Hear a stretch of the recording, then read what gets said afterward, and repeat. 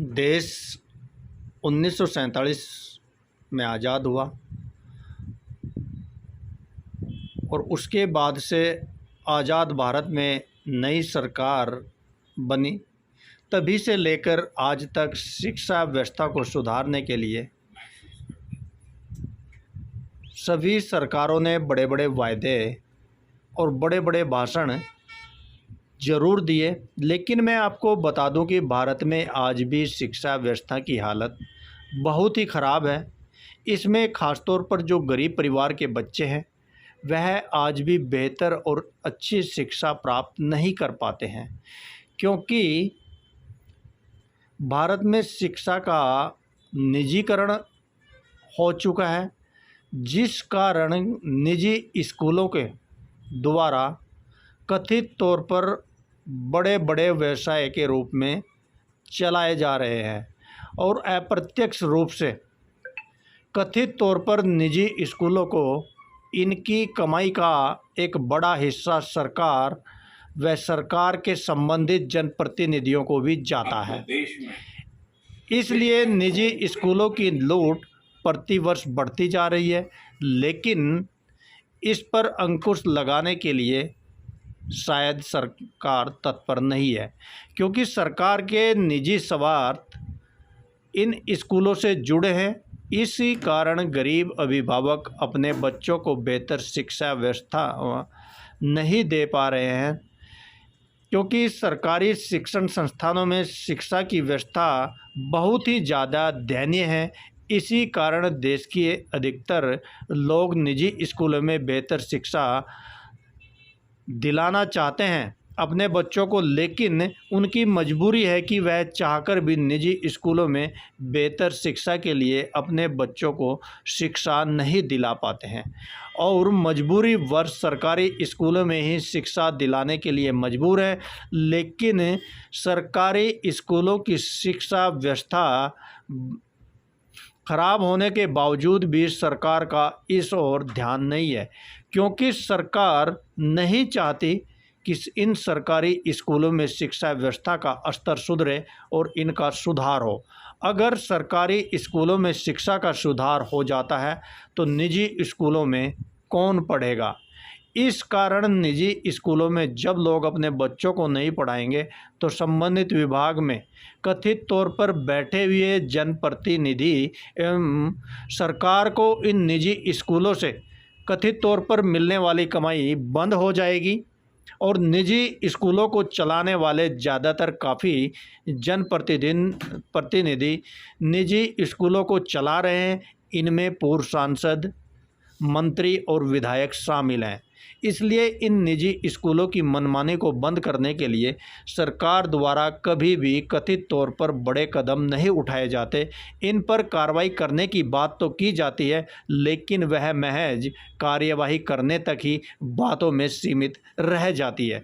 लेकिन किसी भी निजी स्कूल की मनमानी के खिलाफ कभी कोई बड़ी कार्यवाही नहीं की जाती और बहुत बड़ा दुर्भाग्य है कि हरियाणा में ख़ास तौर पर मैं बात करूं, हरियाणा के शिक्षा मंत्री के गृह जिले में भी अगर निजी स्कूलों की मनमानी इसी तरह चल रही है तो इसी से अंदाज़ा लगाया जा सकता है कि हरियाणा में किस तरह की शिक्षा व्यवस्था और किस तरह निजी स्कूलों की मनमानी अपने चरम पर है और अभिभावकों का शोषण निजी स्कूलों के द्वारा कथित तौर पर किया जा रहा है। तो देखिए, आज यमुनानगर के नेहरू पार्क पर इस व्यवस्था के खिलाफ और निजी स्कूलों की लूट के खिलाफ आज कई लोग अनशन पर बैठे हैं और उनको भी सुनवाएंगे आपको कि क्या कहा उन्होंने इस तरह की शिक्षा व्यवस्था को लेकर और क्या बताया उन्होंने। देखिए इस पूरी रिपोर्ट में।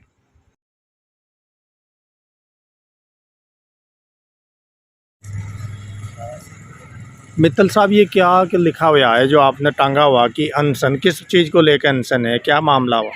सबसे पहले तो भारत के सभी वासियों को, भारत के नागरिकों को हार्दिक बधाई दूंगा कि मेरा देश, मेरा राष्ट्र तरक्की करे।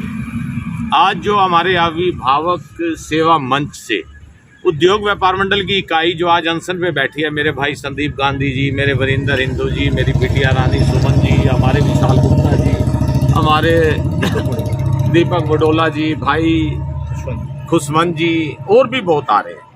हमारा एक ही काम है, एक ही हमारी सोच है। पहले क्या होता था, स्कूल एक मंदिर हुआ करते थे।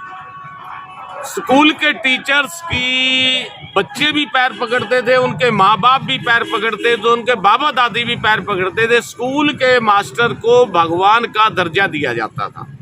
स्कूल एक मंदिर थे। स्कूल में बड़ी एक गुरु शिष्य परंपरा थी, गुरु का बड़ा भारी आदर होता था। लेकिन आज वो स्कूल बदल के ना मंदिर ना रह के कॉर्पोरेट हो गए, एक व्यवसाय बना लिया उन लोगों ने।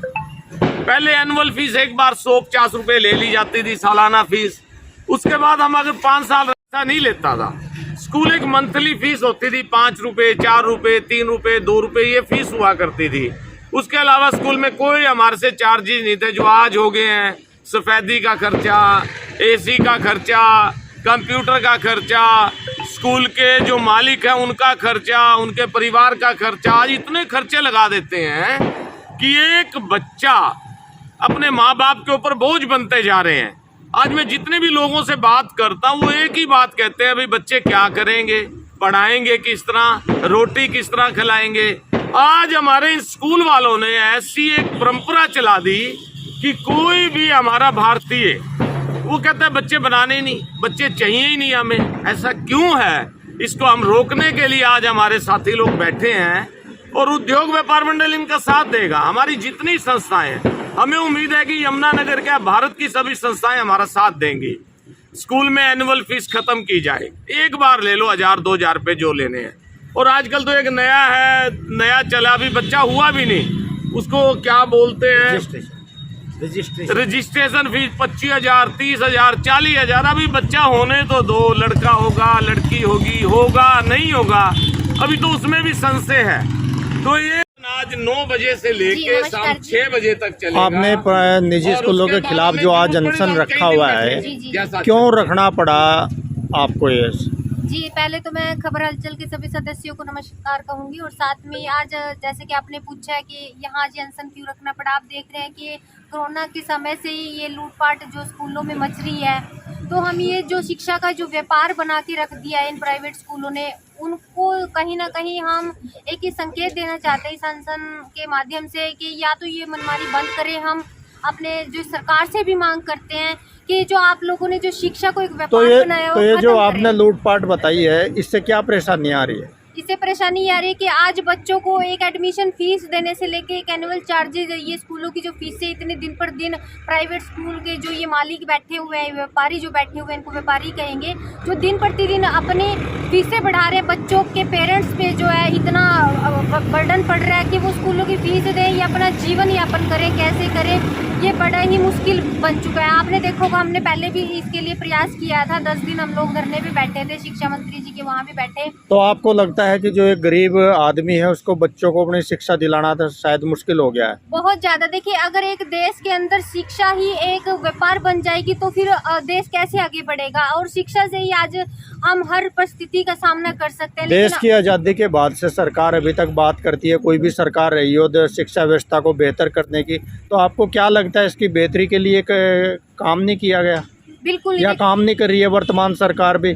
और सबसे बड़ी बात है, आप हरियाणा से हो और हरियाणा के जिस जिले से हो, शिक्षा मंत्री उसी जिले के हैं। अगर हरियाणा में अगर यमुनानगर जिले के लोगों को भी अगर शिक्षा को लेकर अगर इस तरह के अनशन करने पड़े तो शायद मैं जहाँ तक समझ रहा हूँ तो ये बड़ी शर्मनाक बात है। आप क्या बताएंगे? जी बिल्कुल बिल्कुल, आपने सही कहा। 70 साल से हमारा देश आज इसी समस्या का सामना कर रहा है। ये समस्या आज तक किसी भी सरकार के द्वारा सुलझाई नहीं गई। जैसा कि आपने कहा, शिक्षा मंत्री हमारे यमुनानगर के हैं। ये बहुत ही चिंता का विषय है कि यहाँ पर भी अगर शिक्षा मंत्री अगर स्कूलों की समस्याओं की तरफ ध्यान नहीं देंगे, जो अभिभावक जो घर पर दुखी परेशान बैठे हुए हैं दिन पर दिन, उनके परिवार में भी ये चिंता का विषय है। अब स्कूल का एडमिशन, स्कूल खुलता बाद में कि फीसों के मैसेज उनके अभिभावकों के पास पहले पहुँच जाते हैं। ये देखिए, हमें यहाँ पर एक धरने पर बैठना पड़ा, एक अनशन पर बैठना पड़ा। यही तो विषय है, यही तो वो सोच नहीं रहे, यही तो वो देख नहीं रहे जो हम दिखाना चाहते हैं आज, कि कब तक स्कूल फॉर्म 6 को कोई फॉलो कर ही नहीं रहा है और पेरेंट को भी इस फॉर्म के बारे में ज़्यादा जागरूकता नहीं है। और पिछले साल जो उन्होंने अपनी फीसें एनुअल चार्जेस नहीं लिए थे। आप एक बात बताओ, जो फॉर्म 6 में जो उन्होंने अपनी डिटेल दी है उससे ज़्यादा कोई भी ये स्कूल फीस नहीं बढ़ा सकता, फिर ये कैसे बढ़ गई है? क्या ये मनमानी है? मनमानी तो है ही, उन्होंने डेवलपमेंट चार्जेस के नाम पे चार्जेस लगाने शुरू कर दिए ना। संजय जी, कोई भी स्कूल उतनी फ़ीस बढ़ा सकता है जितनी फॉर्म 6 में उन्होंने अपनी फ़ीस बढ़ोतरी की डिटेल दी है। तो आपने जिस तरह से लिखा है, क्या उससे भी ज़्यादा बढ़ा दी गई है क्या 5% जो आपने लिखा है? पहले तो मैं आपके चैनल के माध्यम से सभी हरियाणा वासियों को, ज़िले वासियों को प्रणाम करूंगा और मैं ये कहना चाहूँगा, आज आप सबके सहयोग की बहुत आवश्यकता है। सरकार ने जो नियम कानून बनाए, जो फार्म 6 में डिटेल दी है, पहली तो सभी स्कूलों को ये आदेश दिए जाएं कि वो अपने स्कूल के बाहर फार्म 6 की डिटेल लगाएं कि इस साल कितनी फीस बढ़ोतरी की है। सरकार भी स्कूलों के ऊपर ये कानून बनाए कि वो इतने % फीस इस चीज़ के कारण बढ़ा सकती है। अगर वह फैसिलिटी स्कूल वालों ने दी है तो ही फीस बढ़ाएं, अन्यथा फीस वृद्धि कुछ भी ना कर सके। और अभी देखने में आया है 20% से भी ज़्यादा की फीस बढ़ोतरी की गई है। पेरेंट्स कोई उनकी कमाई के साधन नहीं बढ़ गए जो बच्चों की फ़ीस में एकदम 20% की फ़ीस बढ़ोतरी देंगे। उसके अलावा जो निजी, जो हमें किताबें खरीदनी है, जो हमें यूनिफॉर्म खरीदनी है, वो लेकिन विभाग और शिक्षा मंत्री कहते हैं कि कोई भी स्कूल ऐसे अपनी मनमानी करते हुए फीस नहीं बढ़ा सकता। फिर कैसे बढ़ा दी गई? बढ़ाई जा रही है। और कारण क्या है फिर, ऐसे क्यों बढ़ाई जा रही है? सरकार के आदेशों की कोई पालना नहीं की जा रही। स्कूल सरकार के कारण क्या है उसका पालना ना होने का? सरकार, पता नहीं सरकार को क्या उन पे कठिनाई क्या है कि उन पे कार्रवाई नहीं हो रही है। सरकार उन पे कठिन, अगर कोई स्कूल आपकी बात नहीं मान रहा, उस पे एडमिनिस्ट्रेटर लागू करे, उस स्कूल पे सरकारी कब्जा करे। क्या सरकार अपने सरकारी स्कूलों को इतना ज़्यादा विकसित करे कि हम अपने बच्चों को निजी विद्यालयों से हटाकर सरकारी विद्यालयों में भेजें? हम अपने बच्चों को शिक्षा के लिए भेज रहे हैं। इस तरह से उनका मानसिक शोषण हो रहा है। क्लास में अगर फीस ना दी हो तो बच्चों को लाइब्रेरी में बिठा दिया जाता है। ये उनका मानसिक शोषण है और माँ बाप का भी मानसिक शोषण है। बच्चा बहुत प्रताड़ित है। इसी बात को लेके आज हम अनशन में बैठे हैं कि शिक्षा मंत्री जी, कठोर से कठोरतम कार्रवाई कीजिए। जो विद्यालय आपकी बात नहीं मानता, आप उसको सरकारी कब्जे में लीजिए। वो जो अंदर फैकल्टी है, जो वहाँ पे मैडम बहन जी हैं, मास्टर हैं, उनकी तनख्वाह सरकार दे, बच्चों से फीस एक जो बहुत ज़्यादा है उससे खर्चे तो निकल ही जाएंगे। तो सरकार कठोर कार्रवाई करे। कठिन परिस्थिति है लेकिन पूरी है माँ बाप के लिए, घर बच्चों को बिठा नहीं सकते। इन्होंने अपनी परमानेंट एस्टैब्लिशमेंट कर ली सोसाइटी में, स्कूल वालों ने। इस वास्ते ये लोगों का नाजायज़ फायदा उठा रहे हैं, दुखी रख पे और भी चोट मार रहे हैं, मजबूरी का फायदा उठा रहे हैं। लेकिन मैडम आप एक बात बताओ, देखो विभाग ने और सरकार ने कुछ कानून बनाए हुए हैं, फिर भी आपको क्या लग रहा है कि उन कानूनों की पालना नहीं हो रही, अवहेलना हो रही? क्या लग रहा है आपको? क्यों अनशन पर बैठना पड़ रहा है आपको? अवहेलना हो रही है। अवहेलना हो रही है तो क्यों अवहेलना हो रही? कार्रवाई क्यों नहीं हो रही अवहेलना करने वालों पर? क्या कारण है? Corruption, black money. जिनके पास ब्लैक मनी वो अफोर्ड कर सकते हैं, जिसके पास नहीं तो है। करप्शन कौन कर रहा है, विभाग या सरकार? सरकार और कोर्ट, कानून, सुप्रीम कोर्ट, हाई कोर्ट, कोई ध्यान नहीं दे रहे इस कानून के ऊपर। उल जलूल कानून के ऊपर तो बहुत टाइम दे रहे हैं पास करने के लिए, तो बच्चों की एजुकेशन के लिए कुछ नहीं करें। इसका एक ही सोल्यूशन है कि गवर्नमेंट डिपार्टमेंट की तरफ से एस्टैब्लिश्ड इंग्लिश मीडियम स्कूल खुलने चाहिए कि इन प्राइवेट स्कूल को टक्कर दी जाए, जैसे पंजाब साइड में खुल रहे हैं। इतनी अच्छी एजुकेशन है वहाँ पे, बच्चे को निकल रहे हैं बन करके। मैं खुद एजुकेशन लाइन में रही हूँ, प्रिंसिपल सब रही हूँ, बहुत अच्छा लंबा स्टडी का। मैडम ये क्या ऐसी व्यवस्था है, अगर देश में आज भी शिक्षा व्यवस्था के लिए देश के लोगों को अनशन करना पड़े, विरोध प्रदर्शन करना पड़े, तो ये कैसी व्यवस्था है आज भी देश में? लोगों को टाइम ही नहीं है, घर चलाएंगे कमाई करके, क्या कहते हैं बैठेंगे। तो देखिए, एक और ये यहाँ पे साथी हैं जो यहाँ मौन व्रत धारण करके अनशन पर बैठे हैं, और मैं आपको पढ़ के सुना देता हूँ। इन्होंने लिखा है कि सरकार निजी स्कूलों पर एक्शन नहीं ले रही है। जिन जिला शिक्षा अधिकारी ने 4 मार्च 2022 को जांच के बाद आरोप लगे हैं और मंडलायुक्त ने कार्यवाही के आदेश भी दिए थे, तो क्या लगता है कि उस आदेश के देने के बाद भी कार्यवाही नहीं हुई? तो देखिए, उन्होंने इशारों में बताया है कि उसके बावजूद भी कोई कार्यवाही नहीं हुई। ये आप देख सकते हैं कि आरोपित निजी स्कूलों के खिलाफ कार्रवाई न करने, अभिभावकों के शोषण के लिए जिम्मेदार हमें बताए शिक्षा मंत्री और हरियाणा सरकार। हाँ जी जी, हमारे यमुनानगर के अंदर रेणु फूलिया जी आए थे, जिन्होंने आदेश दिए थे कि आप ना 5% से ज़्यादा फीस नहीं बढ़ा सकते। हमारे शिक्षा मंत्री माननीय ये किसको आदेश दिए थे? स्कूलों को जी। तो क्या निजी स्कूल भी उसमें कोई? हाँ, DO साहब को जी। यार पहले तो सुमन जी, देखिए जैसे इन्होंने बताया, जो मौन व्रत धारण करके बैठे हैं, कि मंडलायुक्त के आदेश के बाद भी, कार्यवाही के आदेश के बाद भी कार्यवाही नहीं हुई। तो क्या कारण है, क्यों कार्यवाही नहीं हुई? कारण यही है जी कि जो सरकार, इनके प्राइवेट स्कूलों की मनमानी बहुत ज्यादा बढ़ गई है। ये जो है नहीं, मनमानी क्यों बढ़ रही है? क्या कानून के दायरे से बाहर है? शिक्षा विभाग के कोई कानून, कोई नियम नहीं है? बिल्कुल बिल्कुल बिल्कुल नहीं दिखाई दे रहे। मेरे को नहीं लग रहा कि इसीलिए तो आज हम लोग यही शिक्षा मंत्री जी से यही निवेदन करने के लिए बैठे हैं कि अगर इस प्रकार की मनमानी चलती रही तो अभिभावकों का क्या होगा।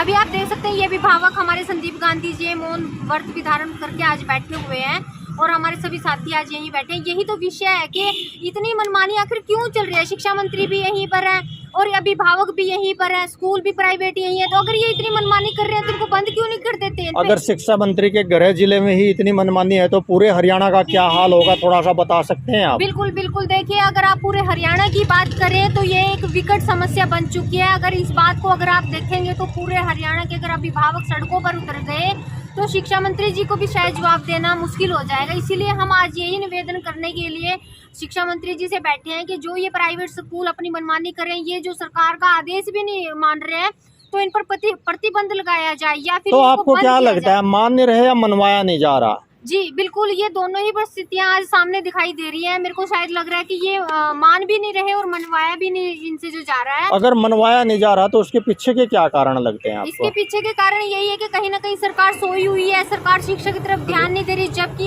एक अच्छे देश की जो है प्रगति, जो एक व्यवस्था आप कह सकते हैं, वो शिक्षा पर ही निर्भर करती है। नहीं, लेकिन जिस तरह से लोग कहते हैं कि अगर आम आदमी थोड़ा सा भी कानून की उल्लंघना करता है तो उस पर तुरंत कार्यवाही हो जाती है, फिर इन स्कूलों के खिलाफ क्यों नहीं होती कार्यवाही? आज हम यही पूछने के लिए बैठे हैं शिक्षा मंत्री जी से कि इनकी मनमानी क्यों नहीं रोक रहे आप लोग देखते हुए भी। यही तो आज हम कारण जो है जानना चाह रहे हैं।